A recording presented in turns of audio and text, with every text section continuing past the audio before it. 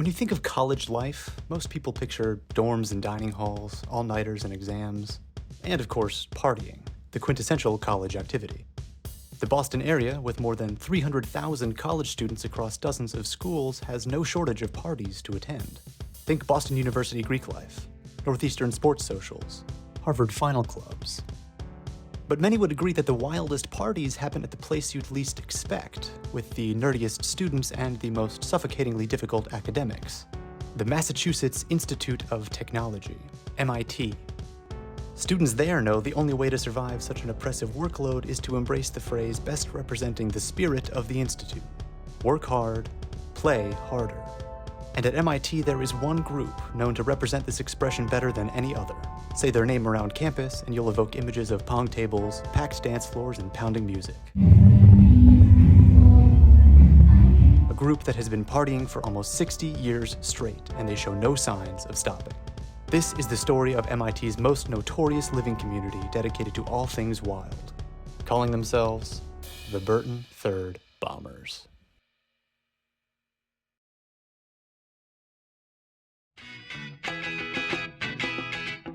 It all started in 1969 with a group of wide-eyed undergrads living together in MIT's Burton Connor dormitory, housed in an old converted hotel overlooking the Charles River. The dorm comprised two halves, the first, Burton, named after the institute's first dean, and the second, Connor, after an institute benefactor. This particular group of students lived on the third floor of Burton and had found a common interest in ice hockey. Intramural, of course. MIT isn't exactly known for its athletic prowess. Hockey was sort of what you associated with the floor.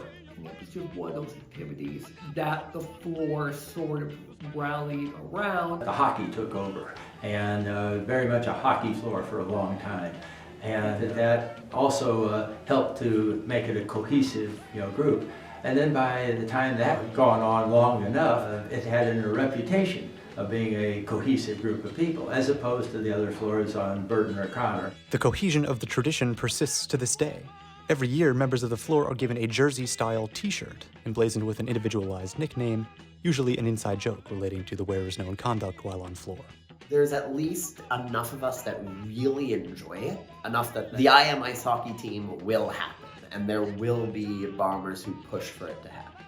But it's more of a tradition these days because the skill level has certainly gone down.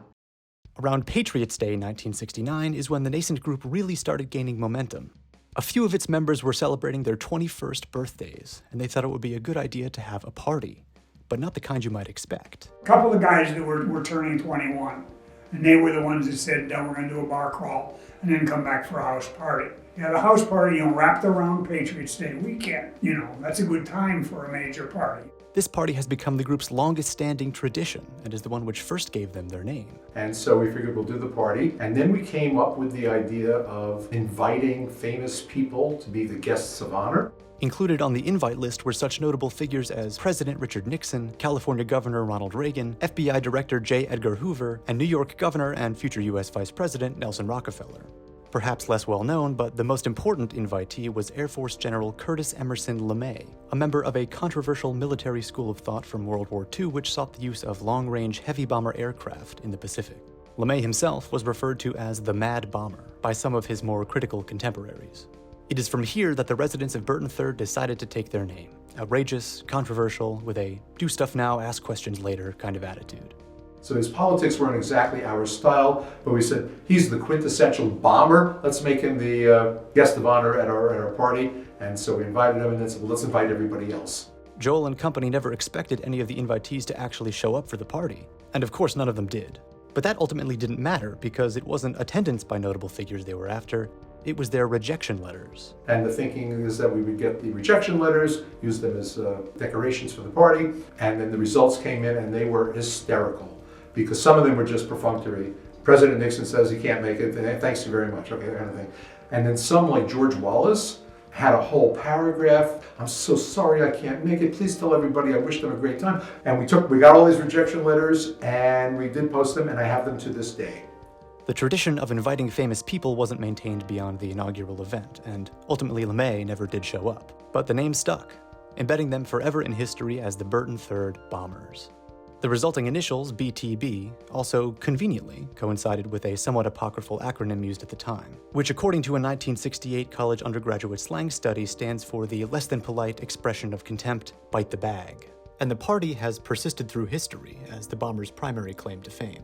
Well known on campus because of the fluorescent orange flyers advertising the event that appear on every available notice board seemingly overnight. To the uninitiated, what exactly these flyers advertise isn't clear, as each one is different from the next. But if a curious student were to show up at the specified place and time, they would soon discover that the phrases spell out DTYD, each a facade hiding the party's true title. Well, drink till you drop. DTYD. Pressure from MIT administration meant the Bombers have since modified the party's official title to Dance Till You Drop. But to be sure, come Patriots Day, both activities will be taking place at Burton Connor.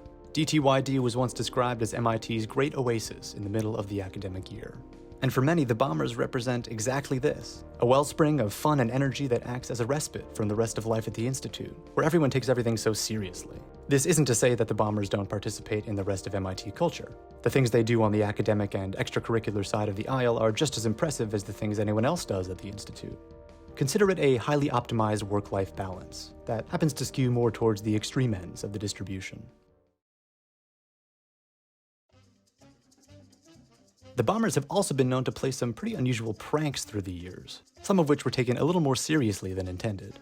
But the most well-known of these would have to be the February 1985 incident, in which a freshman bomber had all of his dorm room furniture placed atop the frozen expanse of the Charles River. The story of this prank, accompanied by its compelling photographic evidence, made headlines, appearing in nearly 50 newspapers across the US, including the front page of the Boston Globe.